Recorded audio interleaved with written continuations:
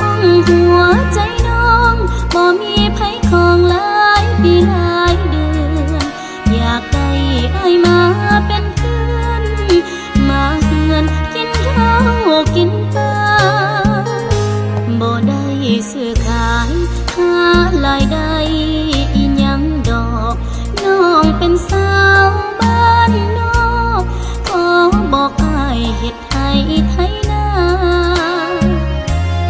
อยากทักทายน้องนี่อ้ายบ่สร้างเว้าจาแนวเป็นผู้หญิงนี่นะบ่สร้างว่าสิเฮ็ดจังใดสาวบ้านนายาวเสียงเว้า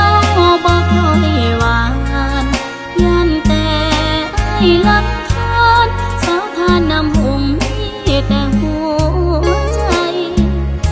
ให้อ้ายมาเที่ยวหาดยามบุญปีใหม่น้องคงมีสุขสมใจได้พบอ้ายผู้บ่าวทางไกลบ่าวบ้านไกลหากได้อ้ายมาเป็นคู่ครองได้เป็นญาติแก้วดองจะประคองความรักมันไว้ตราบสัวฟ้าดินอยู่จนสิ้นโลกาสลายยุ่งยากเพียงใดมีอ้ายเคียงกายน้องก็ภูมิใจ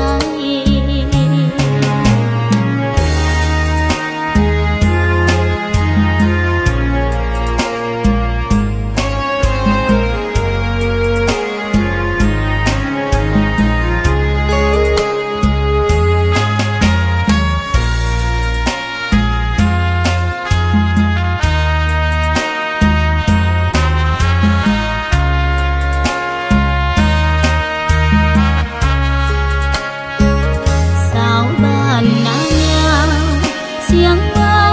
บ่ค่อยหวานย่านแต่อ้ายลำคาญสาวทานน้ำหุ่มมีแต่หัวใจให้อ้ายมาเที่ยวหาดยามบุญปีใหม่น้องคงมีสุขสมใจได้พบอ้ายผู้บ่าวทางไกล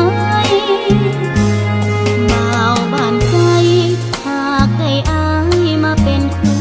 ครองได้เป็นญาติแก้วดองจะประคองความรักมันไว้ตราบสัวฟ้าดินอยู่จนสิ้น